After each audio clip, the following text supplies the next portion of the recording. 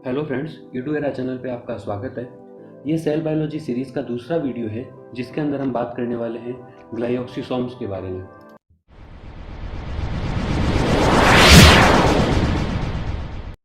इस वीडियो के अंदर हम ग्लाइऑक्सिसोम के जनरल इंट्रोडक्शन के बारे में बात करेंगे, उसकी उत्पत्ति, कुछ कैरेक्टर्स और उसके फंक्शन के बारे में बात की जाएगी।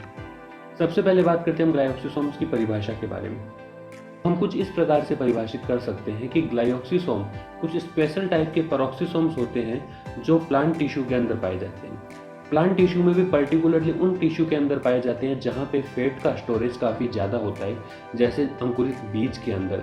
ऐसे अंकुरित बीज जिसके अंदर फैट का स्टोरेज काफ़ी ज़्यादा होता है, उनके अंदर एक विशेष प्रकार के पेरोक्सिसोम्स पाए जाते हैं जिन्हें ग्लाइऑक्सिसोम्स कहते हैं। पादपों के साथ साथ ये फिलामेंटस फंजाई के अंदर भी उपस्थित पाए जाते हैं।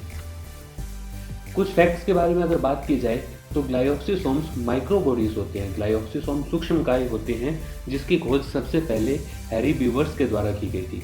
इन्होंने इसकी खोज अरंडी के बीज के भीतर की थी। एक अंकुरित अरंडी के बीज में हैरी बीवर्स ने ग्लाइऑक्सिसोम्स की खोज की थी।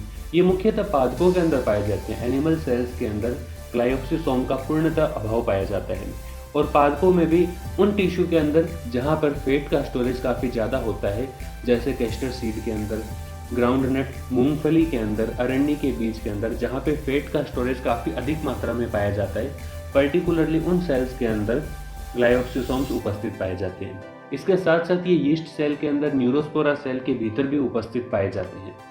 अगर इसके शेप की बात की जाए तो ये सूक्ष्म गोलाकार काय के रूप में बने रहते हैं। इनका जो आकार होता है वो पेरोक्सिसोम की तुलना में कुछ बड़ा होता है, जिसे हम 0.1 माइक्रोन से लेकर 0.2 माइक्रोन रेंज के भीतर बता सकते हैं। अगर बात करें कि ग्लाइऑक्सिसोम को ग्लाइऑक्सिसोम क्यों कहा जाता है, तो इसके पीछे रीजन यह है कि इसके भीतर ग्लाइऑक्सिलेट साइकिल रन करता है। इस वजह से ग्लाइऑक्सिलेट साइकिल के रन करने के कारण इस बॉडी को ग्लाइऑक्सिसोम कहा जाता है। चलते हैं नेक्स्ट स्लाइड की ओर, जहां पर हम बात करने वाले ग्लाइऑक्सिसोम के कुछ जनरल कैरेक्टर्स के बारे में। तो ग्लाइऑक्सिसोम एक सिंगल मेम्ब्रेन संरचना होती है जिसके भीतर ग्लाइऑक्सिलेट साइकिल से संबंधित महत्वपूर्ण एंजाइम्स उपस्थित पाए जाते हैं, जिसके कारण ग्लाइऑक्सिसोम्स का जो मैट्रिक्स पार्ट होता है वो कणिकीय अवस्था में बना रहता है। प्लांट्स के अंदर मुख्यतः कोटिलिडन्स और एंडोस्पर्म के भीतर ग्लाइऑक्सिसोम्स उपस्थित पाए जाते हैं, जो मुख्यतः वहां पर उपस्थित होकर फैटी एसिड्स को कार्बोहाइड्रेट में कन्वर्ट करने का कार्य करते हैं। यह जो कार्य होता है यह मुख्यतः सीड जर्मिनेशन के दौरान होता है, जहां पर ग्लाइऑक्सिसोम फैटी एसिड को कार्बोहाइड्रेट में कन्वर्ट करते हैं। चलते हैं नेक्स्ट स्लाइड की ओर, जहां पर हम बात करने वाले हैं ग्लाइऑक्सिसोम्स के मेन फंक्शन के बारे में। जैसा कि अभी हमने बताया था कि ग्लाइऑक्सिसोम फैटी एसिड को कार्बोहाइड्रेट में कन्वर्ट करने का कार्य करते हैं। यह मुख्यतः सीड जर्मिनेशन के दौरान होती है। इस प्रोसेस को ग्लूकोनियोजेनेसिस कहा जाता है। इसके साथ साथ फोटो रेस्पिरेशन और नाइट्रोजन फिक्सेशन क्रिया के दौरान भी ग्लाइऑक्सिसोम्स कार्य करते हैं। यह रचना सीड को लिपिड को एज ए एनर्जी सोर्स काम में लेने के लिए भी प्रेरित करती है, जिसका उपयोग शूट और रूट के जर्मिनेशन के दौरान किया जाता है। यहाँ पर ग्लाइऑक्सिसोम के अंदर ग्लूकोनियोजेनेसिस प्रोसेस को चलने के लिए कुछ महत्वपूर्ण एंजाइम्स उपस्थित पाए जाते हैं, जिनमें हम निम्न एंजाइम को सम्मिलित कर सकते हैं, जैसे कि malate synthetase, glycolate oxidase, citrate synthetase, catalase, malate dehydrogenase, isocitric lyase, aconitase enzyme. ये कुछ महत्वपूर्ण एंजाइम्स ग्लाइऑक्सिसोम्स के भीतर उपस्थित पाए जाते हैं, जो कि उस अंकुरित बीज के अंदर कार्बोहाइड्रेट के निर्माण के अंदर ग्लूकोनियोजेनेसिस प्रोसेस के अंदर काम में आते हैं। अब बात करते हैं ग्लाइऑक्सिसोम और पेरोक्सिसोम के भीतर मुख्य अंतर की।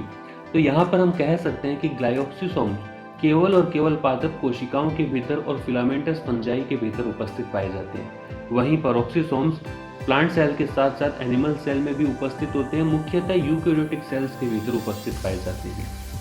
ग्लाइऑक्सिसोम्स अधिकांश मात्रा में ऐसे बीजों के अंदर, ऐसे अंकुरित बीजों के अंदर पाए जाते हैं जिनमें फैटी एसिड की मात्रा काफ़ी अधिक होती है। वहीं पेरोक्सिसोम अधिकांशतः एनिमल सेल में लिवर सेल और किडनी सेल के भीतर पाए जाते हैं। ग्लाइऑक्सिसोम्स का मुख्यतः कार्य अभी हमने बताया था कि अंकुरित बीज के भीतर फैटी एसिड को एसिटाइल कोएंजाइम ए में कैटालाइज करने का कार्य किया जाता है।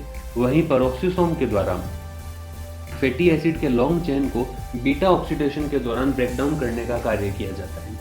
तो फ्रेंड्स, इस वीडियो के अंदर हमने ग्लाइऑक्सिसोम के संबंधित बात की है। अगर आपको वीडियो पसंद आया हो तो वीडियो को लाइक करें, चैनल पे पहली बार आए हो तो चैनल को सब्सक्राइब करें और ज़्यादा से ज़्यादा शेयर करें। धन्यवाद।